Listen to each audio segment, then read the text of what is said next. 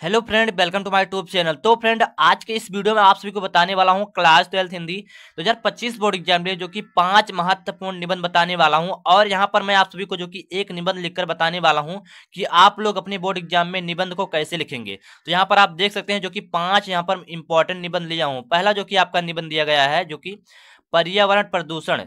पर्यावरण प्रदूषण काफी इंपॉर्टेंट है आप सभी के बोर्ड एग्जाम के लिए। देख सकते हैं 2014 में पूछा गया था, 15 में पूछा गया था, 16, 17, 18 और 19, 20 और जो कि 22 में और 23 में भी पूछा गया था।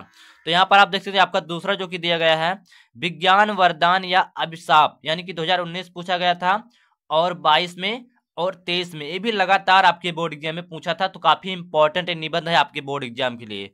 आपका तीसरा जो कि दिया गया है जनसंख्या वृद्धि कारण और निवारण पे आप निबंध लिख सकते हैं, जो कि काफी इंपॉर्टेंट है आप सभी के बोर्ड एग्जाम के लिए।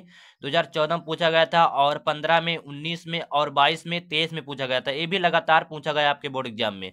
आपका चौथा दिया गया है भारत में बेरोजगारी की समस्या, इस पे भी आप लिख सकते हैं, काफी इंपॉर्टेंट ये भी है, 2018 और 19 में पूछा गया था।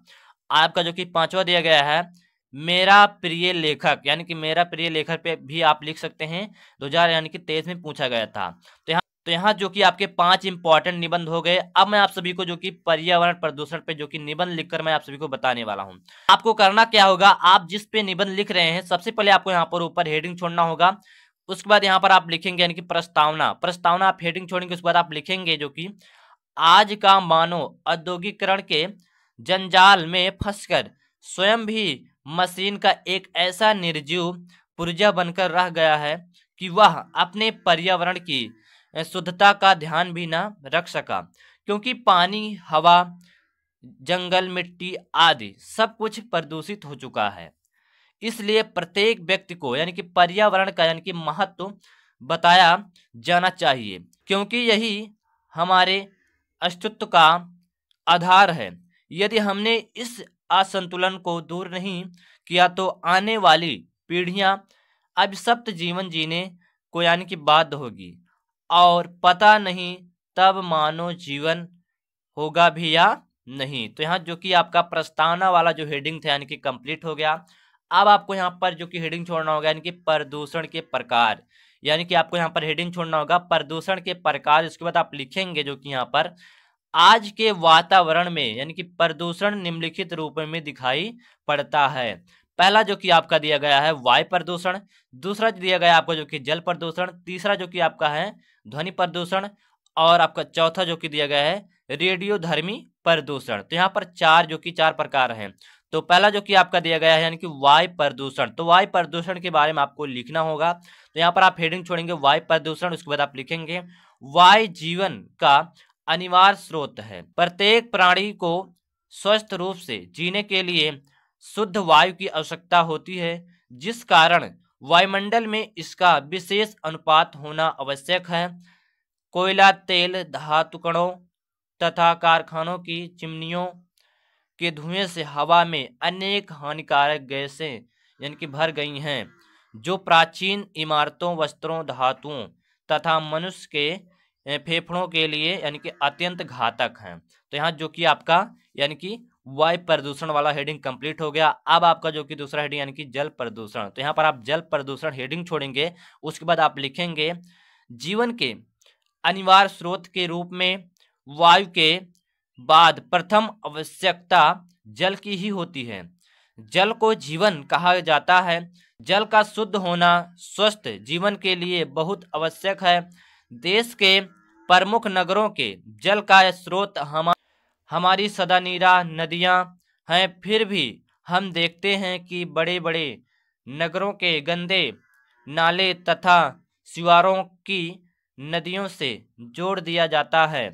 विभिन्न औद्योगिक व घरेलू स्रोतों से नदियों व अन्य जल स्रोत में दिनों दिन प्रदूषण पनपता जा रहा है।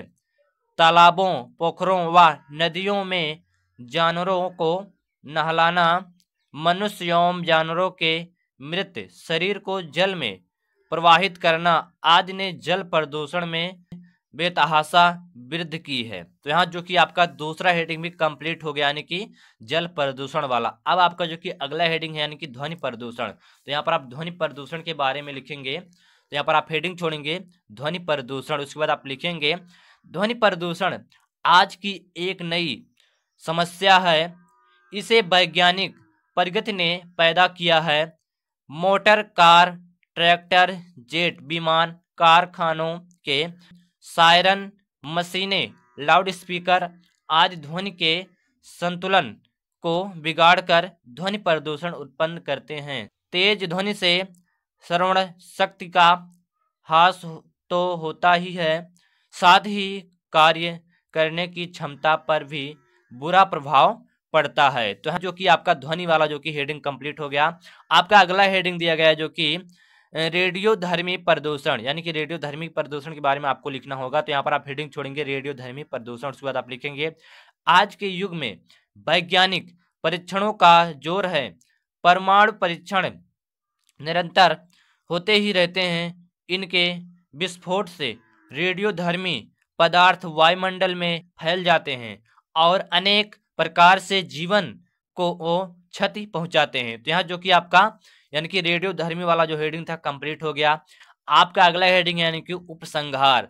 तो यहाँ पर आप हेडिंग छोड़ेंगे उपसंहार, उसके बाद आप लिखेंगे जो कि पर्यावरण में होने वाले प्रदूषण को रोकने व उसके समुचित संरक्षण के लिए समस्त यानी कि विश्व में एक नई चेतना उत्पन्न हुई है।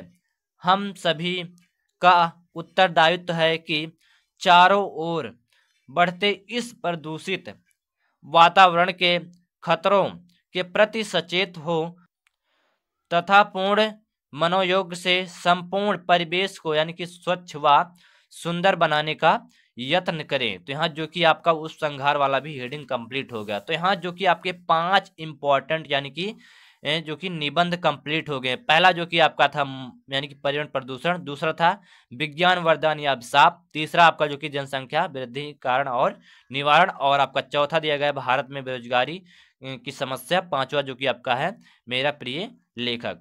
तो आशा करता हूं गाइज आप सभी को ये वीडियो पसंद आई होगी।